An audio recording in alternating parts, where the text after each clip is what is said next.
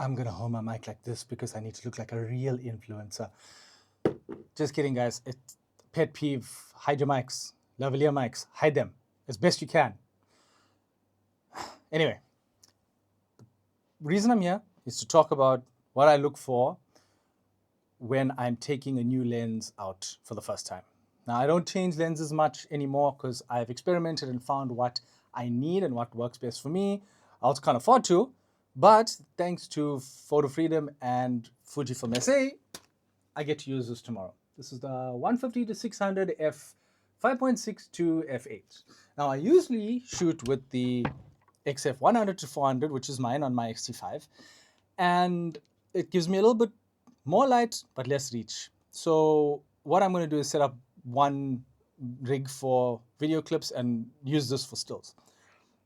But I'd never used it before, so where do I start? I've become so familiar with my 100 to 400 and other lenses that I know its sweet spot. I know where it's sharpest for each given focal length, and then I use that as a base to decide on what to sacrifice. So say, for example, I know that 300 mils is enough to shoot surf from the shore, especially on the 40 megapixel sensor, so I can crop in if I need to.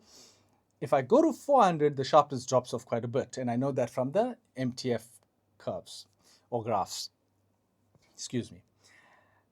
So I'll shoot at around 300, and I know from those graphs that the sharpest center sharpness, at least, is at f5.6. And that's where I'll start. And then from there, if I need to let more light in because I need to up the shutter speed or use the ISO, whatever, I'll work from there as a base. Now, I'm not as familiar with this lens, so the first thing I do is go look up the MTF curves and find where this lens operates, where its sweet spot is, and where my limitations are. So at least going into tomorrow, I know that if I want to use this at full reach, it's going to be wide open at f8, which is wide open for this lens.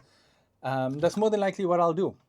And I'll keep it at f8, even though when you come down in focal length a little bit, you start getting sharper if you move that f-stop value probably lower because it lets more light in and counteracts diffusion a bit. But it's not worth chopping and changing for every 100 mils of focal length change to then change f-stop value, because I leave everything on manual, right? That's just how I prefer to work. So I'll probably run this lens on f8 tomorrow and hope that I have enough light. If not, we'll see what happens, right? But the other interesting thing about this lens was the resolution on the cameras that I would use it on. Now, normally I would shoot stills on the X-T5 with the 100 to 400, the 40 megapixel sensor, which has become well known for not resolving properly. And I say that because how much that actually is a problem to you depends on how deeply you look into the pixels. For the most part, it's not going to be too much of a problem. But given the situation that I have here and the good fortune I have to have the XH1 as well, I'll explain the choice that I made. Now, one of the graphs along with the MTF and other theoretical curves, and again, you can only really see the true nature of every specific lens paired with a body when you go and use it. But theoretically, at least you have a starting point. One of the theoretical specifications or graphs for this lens showed how it will resolve on the bigger sensor versus the 26 megapixel sensor in the XH1. And what it showed was that from the middle of the focal range on this lens, right through to 600 mil, you're going to get some softening if you're using the 40 megapixel sensor, because to resolve, it needs at least f5.6, which you don't have with this lens, unfortunately. The reason for the softness is diffusion of light that happens at those focal lengths and those apertures. So the wiser choice for me is actually to use the XH1 with this lens, which is what I'm going to do. I'm going to shoot stills with the XH1 on this lens. I don't need to crop in because I've got the extra reach. So I don't think I'm going to feel the difference with the lower megapixel count anyway. And in all honesty, 24 to 26 megapixels really is enough. The 40 megapixel sensor on the X-T5 is a luxury. And I don't think it's a luxury that I'm going to miss here. Because at the end of the day here, I'm going to be wanting to catch some of the environment and the surfer making their move. I want to be able to see a bit of the trail of where they came from and a bit of where they're going. So it's not too much of a bother. And I think that's about it for the whole case of making the selection. I think the biggest thing for me was talking about the MTF curves. So do yourself a favor, Google MTF graphs or curves for your lenses.